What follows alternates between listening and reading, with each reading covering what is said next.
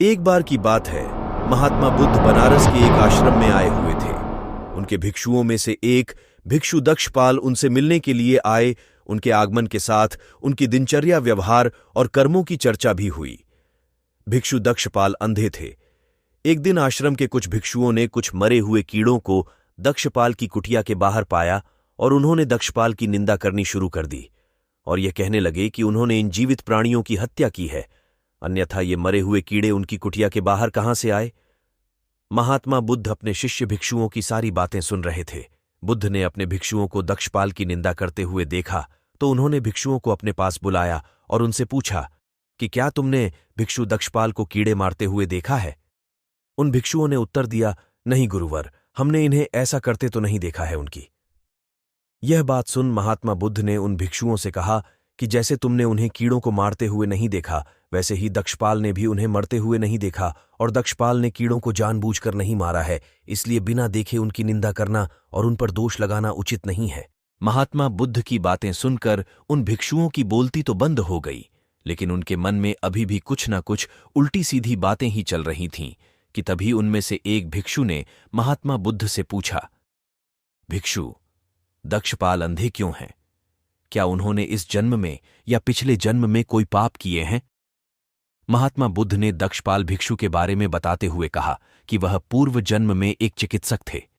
एक अंधी स्त्री ने उनसे वादा किया था कि यदि उन्होंने उस स्त्री की आंखें ठीक कर दीं तो वह और उसका पूरा परिवार उनके दास बनकर रहेंगे।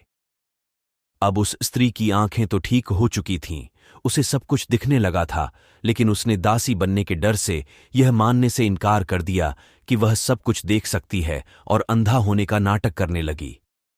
लेकिन चिकित्सक को तो यह बात पता चल चुकी थी कि उस स्त्री की आंखें ठीक हो गई हैं और वह सब कुछ देख सकती है। ये सुनकर चिकित्सक ने समझ लिया कि वह झूठ बोल रही है। उसे सबक सिखाने के लिए और बदला लेने के लिए दक्षपाल ने उसे दूसरी दवा दी। उस दवा से महिला फिर अंधी हो गई। वह कितना ही रोई पीटी, लेकिन दक्षपाल जरा भी नहीं पसीजा। उसे उस स्त्री पर जरा भी दया नहीं आई और इस बात के फल स्वरूप दक्षपाल को अगले जन्म में अंधा बनना पड़ा। भिक्षुओं को समझाते हुए बुद्ध ने कहा कि चाहे कोई व्यक्ति हमारे साथ कितना भी बुरा व्यवहार क्यों ना करे, लेकिन बदले में हमें उसका बुरा कभी नहीं करना चाहिए। उसके किए का दंड उसको ईश्वर देगा। किसी भी व्यक्ति को दंड देने का अधिकार किसी मनुष्य का नहीं है। मानव जीवन में दया होना बहुत जरूरी है। जब हम दूसरों पर दया करते हैं तभी हम पर भी दया की जाती है। आज अगर भिक्षु दक्षपाल ने पिछले जन्म में उस स्त्री पर दया दिखाई होती तो इस जन्म में वह अंधा ना होता। दोस्तों, जैसा कि आप देख रहे हैं, आज की दुनिया में हर व्यक्ति सिर्फ अपना भला चाहता है। लोग एक दूसरे पर दया नहीं करना चाहते, एक दूसरे की भलाई नहीं करना चाहते। आज हर व्यक्ति केवल अपने लिए ही जी रहा है। आज दुनिया में लोग किसी की छोटी छोटी बातों पर उन्हें जान से मार देते हैं और जरा सा भी नहीं सोचते। आज मनुष्य का व्यवहार जानवर का सा होता जा रहा है। याद रखिए, हर व्यक्ति एक ही ईश्वर की संतान है। सभी में उसी की आत्मा वास करती है। जैसा व्यवहार आप दूसरों के लिए करते हो, वैसा ही व्यवहार आपके साथ भी किया जाएगा। ईश्वर का न्याय किसी के लिए नहीं बदलता, वह किसी का पक्षपात नहीं करता। इसलिए आप हर किसी के साथ अधिक से अधिक अच्छा व्यवहार करने का प्रयास करें।